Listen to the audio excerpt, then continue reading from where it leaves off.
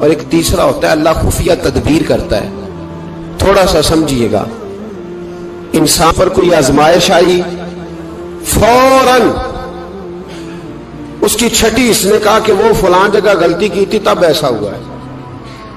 ہوتا ہے نا کئی دفعہ, آواز آتی ہے نا اندر سے, چلیں بول دیں کچھ نہیں ہوتا آپ کو.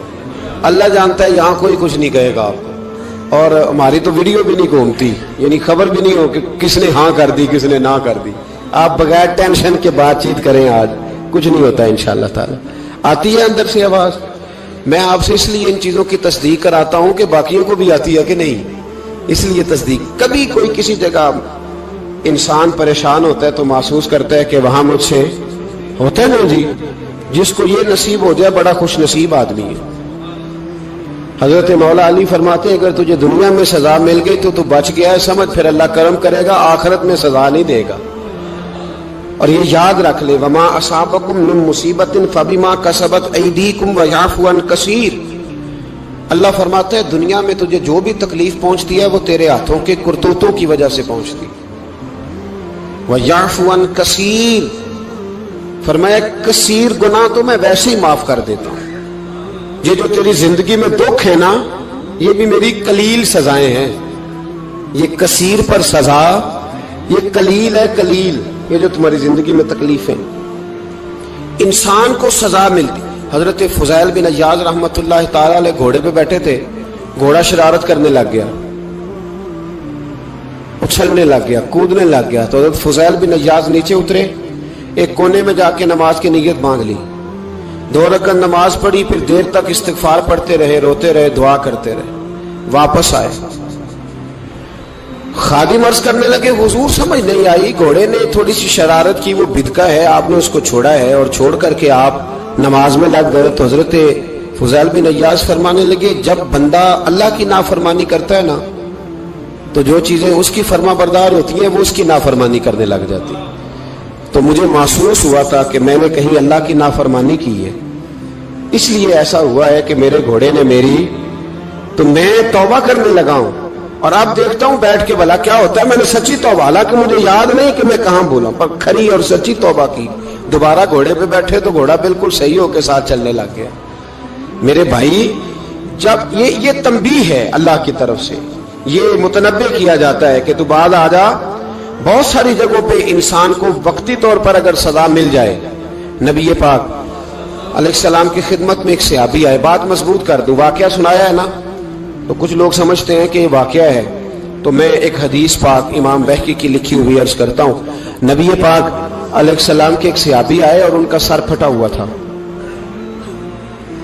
خون بہ رہا تھا. سرکار نے فرمایا کیا ہوا؟ عرض کی حضور ایک عورت جا رہی تھی, میری نظر پڑی, ابھی نظر پڑی ہے کہ میرے آگے ستون آ گیا تو میرے سر پہ لگ گیا.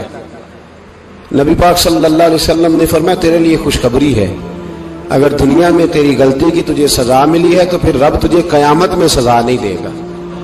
پھر اللہ قیامت میں سزا, بعض گناہ ایسے ہیں جن کی یہاں بھی سزا ملے گی اور وہاں بھی ملے, لیکن میرے بھائی پہلی بات یہ ہے کہ اللہ تعالیٰ اس غلطی کی یہی سزا دے لے, اور دعا فرمائے اللہ تبارک و تعالیٰ یہاں بھی معافی عطا فرمائے, وہاں بھی معافی عطا فرمائے, اللہ درگزر ہی فرمائے.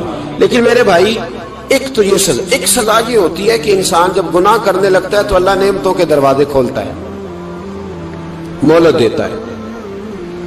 500 سال تک فرعون کو مہلت دی. کتنے؟